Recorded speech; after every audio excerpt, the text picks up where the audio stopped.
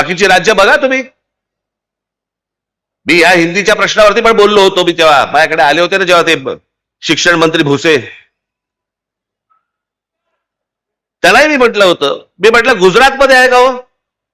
या देशाचे पंतप्रधान आणि या देशाचे गृहमंत्री हे दोघेही गुजरातचे आहेत. अमित शहा एका त्यांच्या इंटरव्ह्यू मध्ये बोलले होते, त्यांना प्रश्न विचारला भाषा वादावरती, तर ते बोलले पहिल्यांदा तुम्हाला सांगतो म्हणे मी काही स्वतः हिंदी भाषिक नाही, मी गुजराती आहे. देशाचा गृहमंत्री स्वतः ठणकावून सांगतो की नाही मी हिंदी भाषिक नाही, मी गुजराती आहे.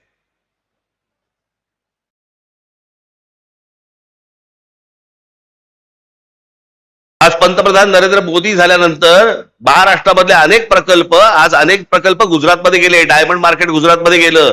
प्रत्येक माणसाला आपल्या राज्याबद्दल प्रेम असतं. आम्ही बोललो की संकुचित कसे होतो?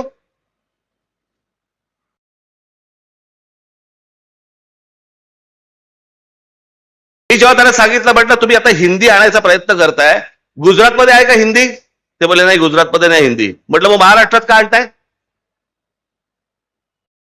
यांचं काय राजकारण चाललंय ना, मला असं वाटतं आपण ही गोष्ट नीट समजून घेणं गरजेचं आहे. राजकीय पक्ष निवडणुका येत राहतील, जात राहतील, सगळं होत राहील.